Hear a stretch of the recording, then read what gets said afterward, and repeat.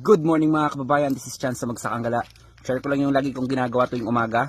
Nagtitake ako palagi ng isang capsule ng lunas. Okay, lunas natin. Pero kapag first time mong gagamit nito, mas maganda 3 sa umaga bago ka mag-breakfast, 3 rin sa gabi bago ka matulog. And then, kailangan mo ng panulak. Kailangan mo lagi ng acid guard. Pero kung wala kang acid guard, pwede rin ibang tubig. Pero mas maganda kung meron kang acid guard para kompleto talaga.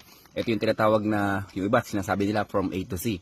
Ito sa atin, from A to Z na, meron pa tayong kompletong minerals sa katawan natin. Kaya, bihira ako tamaan ng sakit.